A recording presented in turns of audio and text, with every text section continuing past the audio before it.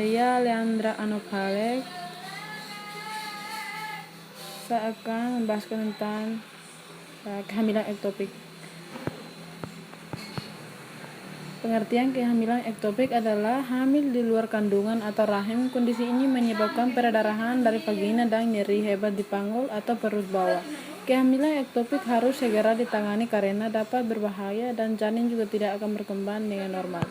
Penyebab kehamilan ektopik. Meskipun belum diketahui secara pasti apa yang menyebabkan kehamilan ektopik, namun kondisi ini sering kali dikaitkan dengan kerusakan pada tuba fallopi, yaitu saluran yang menghubungkan indung telur dan rahim.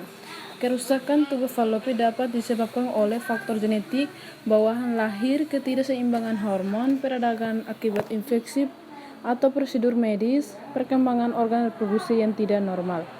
Faktor risiko kehamilan ektopik. Kehamilan ektopik dapat dialami oleh setiap wanita yang telah aktif berhubungan intim. Ada beberapa faktor yang dapat mengingatkan risiko terjadinya kehamilan ektopik, yaitu berusia 35 tahun atau lebih saat hamil, memiliki riwayat radang panggul endometriosis, menderita penyakit menular seksual seperti gonorrea dan chlamydia, mengalami kehamilan ektopik pada kehamilan sebelumnya, mengalami kekurangan berulang, pernah mengalami operasi pada area perut dan panggul, pernah menjalani pengobatan terkait masalah kesuburan, menggunakan alat kontrasepsi jenis spiral, memiliki kebiasaan merokok.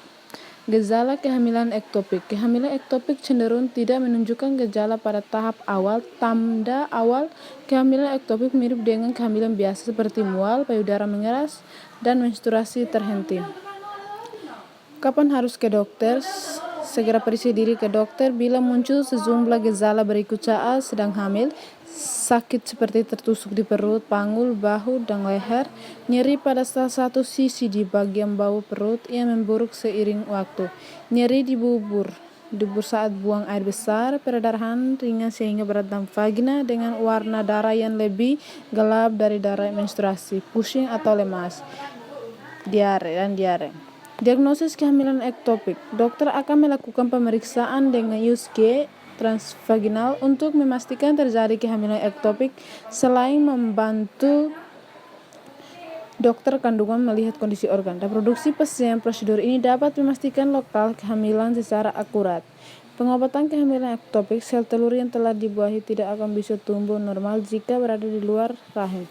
Oleh karena itu, jaringan ektopik harus segera diangkat agar pasien terhindar dari komplikasi serius.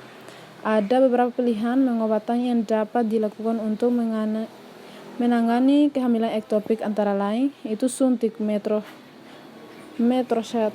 Kehamilan ektopik tahap awal dapat diatasi dengan suntik metrosate. Obat ini akan menghentikan pertumbuhan sel ektopik sekaligus menghancurkan sel yang sudah terbentuk. Setelah pemberian suntik, dokter akan memantau kadar hormon HCG dalam darah tiap 2-3 hari sampai kadarnya menurun.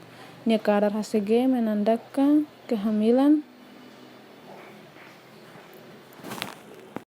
HCG menandakan kehamilan sudah tidak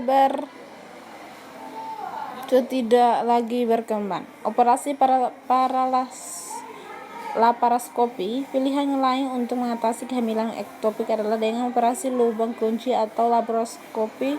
Melalui prosedur ini, dokter kandungan akan mengangkat jaringan ektopik dan bagian tuba fallopi tempat jaringan ektopik menempel. Operasi laparotomi. Untuk menangani pasien yang mengalami perdarahan berat akibat kehamilan ektopik, dokter kandungan akan melakukan tindakan darurat berupa laparotomi. Dalam laparotomi, dokter akan membuat sayatan besar di perut sebagai jalan untuk mengangkat jaringan ektopik dan tuba fallopi yang pecah.